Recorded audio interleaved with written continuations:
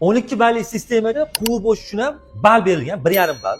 E'tiborli bo'linglar, ko'p haydovchilar ham va ayrim ichki ish xodimlari ham quvib bo'shni haligacha bilmaydigan, ya'ni eski qoida o'tirganlar bor. Hali ham eski qoidani eslab. Hozir qoidalar o'zgarib boryapti. Bilib olishimiz kerak.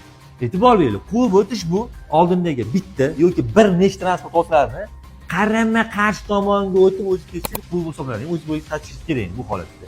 Ya'ni qarama-qarshi tomonga chiqishingiz kerak.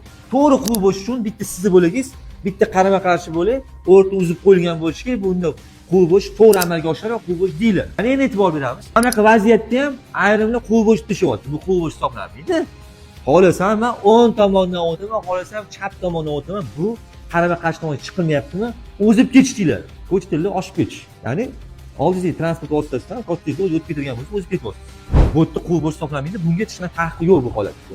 Mana shu holatda ham ayrim ichki ish xodimlari o'ng tomondan quvib bo'lish mumkin. Men sen quvib bo'lish qoidasini buzyapsan deb bayonoma rasmiylashyapti ba'zi haydovchilarga. Yaxshilab tushunib olmasanglar, balli sistemaga ishga tushgandan keyin ko'payib ketib qolsa, o'zingizga qiyin bo'ladi. Va o'zingizning haqqingizni talab qilishni ham bilinglar ko'chada. Videolarimiz manfaatli bo'layotgan bo'lsa, qo'llab-quvvatlash uchun like bosib, kommentariy fikr bildirib, yo'l harakati qoidalariga rioya qilinglar.